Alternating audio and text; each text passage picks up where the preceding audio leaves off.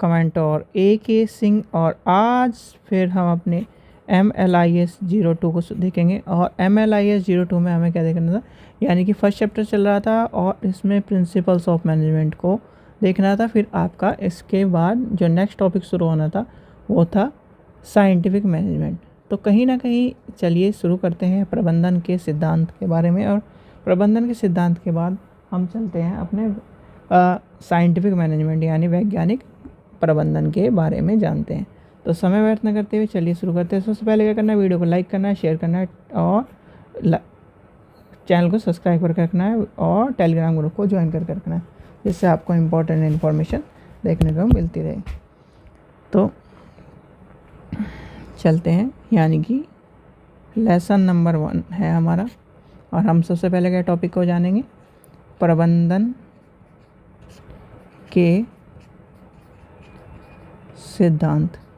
प्रबंधन के सिद्धांत के अनुसार लेके चलें तो प्रबंधन के सिद्धांत यानी प्रबंधन से जुड़े विभिन्न विद्वानों ने विशेष प्रबंधन कार्यों के व्यवस्था जो दृष्टिकोण है उसे सुगम बनाने के लिए अनेक सिद्धांत दिए और अनेक चीज़ों को लेके चला गया। जो कल क्वेश्चन पूछा गया था आपको उसका, यानी कि पोस्ट कोर किसने बनाया है या फिर पोस्ट कोर के जनक कौन है, वो आपने कमेंट सेक्शन में किसी ने भी नहीं गया।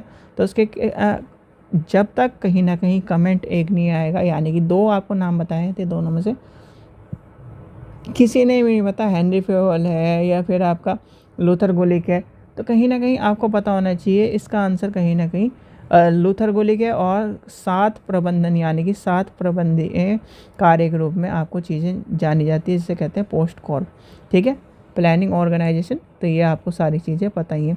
फिर आपका आ जाता है कि कहीं ना कहीं प्रबंधन की यानी प्रबंधन के सिद्धांत के बारे में।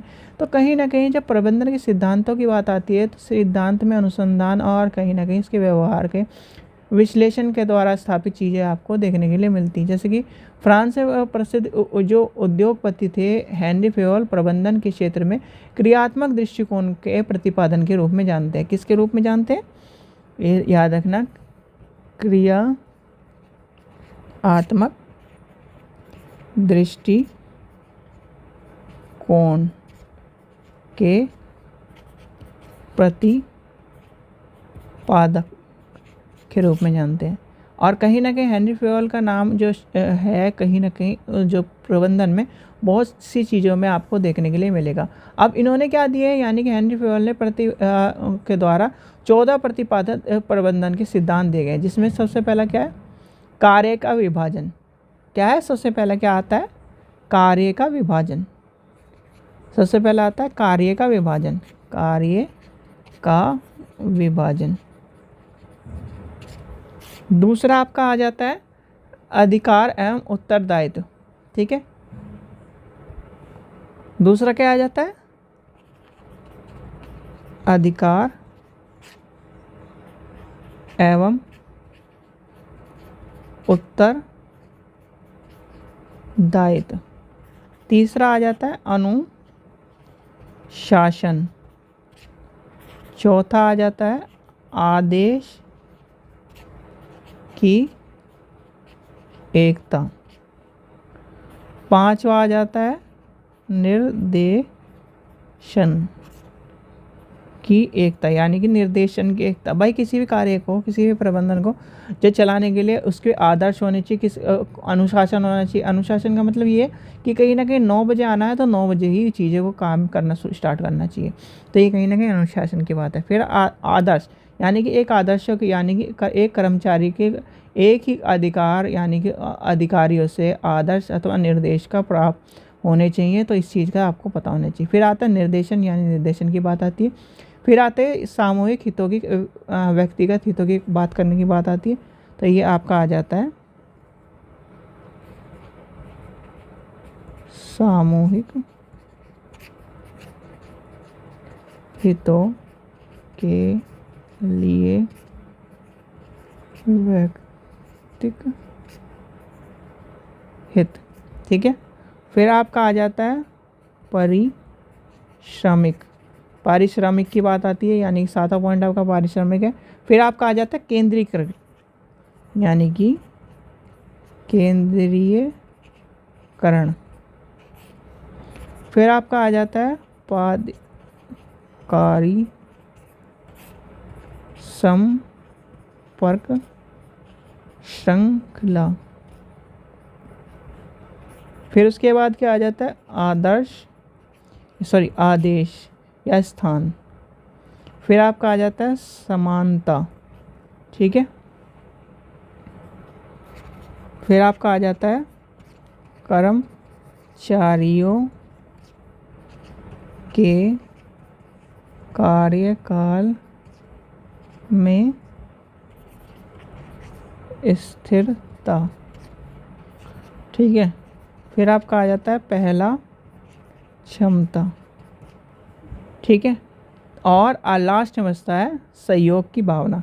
भाई किसी भी कार्य को कहीं ना कहीं चलाने के लिए सहयोग की भावना होनी चाहिए। असहयोग की भावना से कहीं ना कहीं चीज़ें बेहतर चलती है, यानी कि एक दूसरे के साथ आप काम कर रहे हैं तो उसमें भी कहीं ना कहीं भावना, सहयोग की भावना होनी चाहिए, तभी कहीं ना कहीं कार्य और ये जो मैनेजमेंट है वो सही तरह चलता है। फिर आता है टेलर के प्रबंधन के सिद्धांत के अनुसार जो चीज़ें हैं, यानी कि F.W. टेलर ने प्रबंधन के क्षेत्र में वैज्ञानिक दृष्टिकोण को प्रतिपादित किया था। किसको किया था, ये की पॉइंट्स आप ध्यान रखना नेट के स्टूडेंट्स हैं आप। तो यानी कि F.W. टेलर प्रबंधन के क्षेत्र में वैज्ञानिक दृष्टिकोण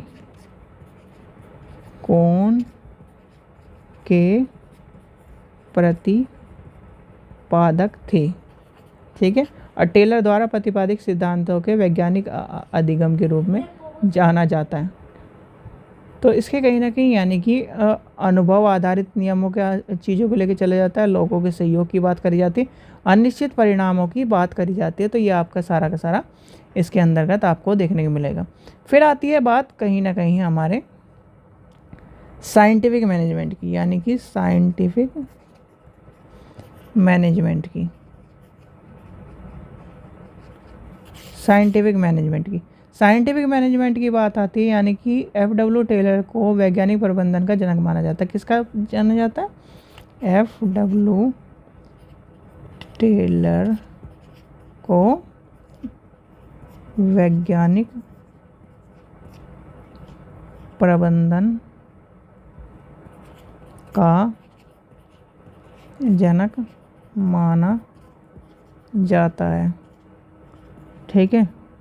तो कहीं ना कहीं इस चीज़ का ध्यान रखना। इसमें क्या आ जाता है, यानी कि इसके प्रबंधन के संबंध में विचारकों के शिक्षार्थियों के वैज्ञानिक प्रबंधन के पर्याप्त माना जाता है। क्योंकि कहीं ना कहीं इसमें वैज्ञानिक प्रबंधन की चीज़ें आपको देखने को मिलती हैं, और कहीं ना कहीं जो वैज्ञानिक ढंग से प्रबंधन को मैनेज करा जाता है या फिर एक तरह से चलाया जाता है, जिसमें आपका देखने के लिए मिलता है कि सारे प्रबंधन कार्य आर्थिक कुशलता पर ज़्यादा जोर देते हैं। प्रबंधन यानी प्रणाली अधिगम प्रबंधन के सभी कार्यों को समान ध्यान दिया जाता है। विश्लेषण और अध्ययन के कंप्यूटरकृत यानी कि साइंटिफिक कंप्यूटरकृत स्टैंडर्ड, ये सारी चीज़ें आपको यहाँ पर साइंटिफिक मैनेजमेंट के अंतर्गत मिलेंगे। क्योंकि कर्मचारी का जो चयन होता है वो भी कहीं ना कहीं नियम कानून, भाई आपके ये नहीं कि एक जैसे आप हो तो आजकल आपका क्या लिया जा रहा है, टेस्ट लिया जा रहा है। तो टेस्ट क्या बताता है कि भाई कि कौन सा स्टूडेंट कितना कैपेबल है, तो कहीं ना कहीं कैपेबिलिटी उसकी चेक करी जाती है। तो उसमें कहीं ना कहीं एक स्टैंडर्ड तय कर दिया कि हाँ भाई इतने स्टैंडर्ड वाला इस फॉर्म को भर सकता है, इसमें सेलेक्ट हो सकता है। तो कहीं ना कहीं चीज़ों को लेके चलने की बात आती है। फिर आता है यानी कि वैज्ञानिक प्रबंधन के लाभ क्या है। वैज्ञानिक प्रबंधन के लाभ में यानी कि वैज्ञानिक प्रबंधन की अधिकतम उत्पादन परिणाम जो कुशलता है वो चीज़ों को ध्यान रखा जाता है। कच्चा माल और अन्य संसाधनों की बात करी जाती है। कर्मचारियों के जो विकास की बात है यानी कि उसके पारिश्रमिक की बात करती जाती है, और कहीं ना कहीं संगठन के विभिन्न कार्यों में और तकनीकों को लेके चला जाता है। फिर आता है संसाधनों का यानी कि संसाधनों की दुर्लभता। फिर आता है अंतिम यानी कि अंतिम गुणवत्ता को नियंत्रण करना, यानी कि जो लास्ट क्वालिटी है और जो कहीं ना कहीं जो गुड्स बन रहा है या फिर जो क्वालिटी मैनेजमेंट है उसका ध्यान रखा जाता है। तो ये सारी चीज़ें आपको इसमें कहीं ना कहीं देखने के लिए मिलेगी। फिर आपका नेक्स्ट आता है, और जो स्टूडेंट UGC नेट की तैयारी कर रहे हैं वो हमसे मात्र 100 रुपये में प्रीवियस ईयर ले सकते हैं। फिर आता है यानी कि लास्ट आप यानी इसके बाद क्या बनता है, इसके बाद आते हैं इसके प्रबंधन यानी कि वैज्ञानिक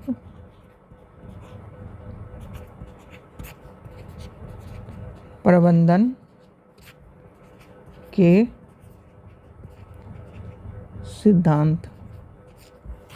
ठीक है, वैज्ञानिक प्रबंधन के सिद्धांत में क्या है, वैज्ञानिक प्रबंधन को सफल बनाने के लिए ये आवश्यक है कि ठोस सिद्धांतों पर आधारित हो, जैसे कि कार्य विश्लेषण, श्रम विभाजन, कार्य प्रतिविधि और अधिक लाभ प्रोत्साहन करना, पूर्ण तालमेल, परिणामकरण।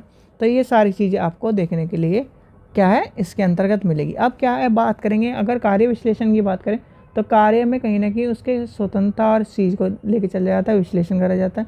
फिर आता है श्रम विभाजन, यानी कि श्रम विभाजन में कि भाई आपका ये काम है, आपका ये काम है, आपका ये काम है, आपका काम है, आपका काम है, आपका काम है।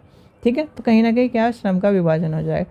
प्रोत्साहन चीज़ों को लेकर चला जाता है तो प्रोत्साहन हो जाता है। अधिक लाभ की बात आती है यानी कि लाभार्थी की बात, तालमेल की बात आती है, और यानी कि परिमाणीकरण की बात आती है, यानी कि सभी जो एक तरह से कर्मचारी हैं वो प्रमाणीकृत रूप से, जैसे कि आपका मान के चलिए कोई स्किल वर्कर है, उसके पास मान के चलिए जैसे एक चीज़ मान के चलते हैं इलेक्ट्रॉनिक इंजीनियर के कहीं ना कहीं उसके पास डिग्री होल्डर है कहीं, या फिर एक तरह से डिप्लोमा होल्डर है, तो कहीं ना कहीं उसके पास क्या है प्रमाण पत्र है, प्रमाणिक है वो, तो उस चीज़ को लेके चला जाता है। तो ये आपका कहीं ना कहीं टॉपिक क्या है किसका हो गया कंप्लीट, मैनेजमेंट का, यानी कि साइंटिफिक मैनेजमेंट के बारे में आपको ये चीज़ पता चल गई कि साइंटिफिक मैनेजमेंट के अंतर्गत आपको देखने को मिलती है। फिर आता है यानी ग्रंथालय में सूचना केंद्र में प्रबंधन में वैज्ञानिक प्रबंधन का अनुप्रयोग। जो अनुप्रयोग की बात आता है वैज्ञानिक प्रबंधन में एक कहीं ना कहीं प्रक्रिया, शोध तकनीक, द्वितीय विश्व युद्ध की बात आती है और चीज़ों को लेकर चला जाता है। और वैज्ञानिक प्रबंधन यानी कि प्रबंधन आधारित विस्तार की जो 1960 की बात के माध्यम को देखते हुए 1960 में देखने को मिलती है कि वो प्रबंधन में कहीं ना कहीं कंप्यूटरीकृत प्रणाली की आपको चीज़ें देखने को मिले।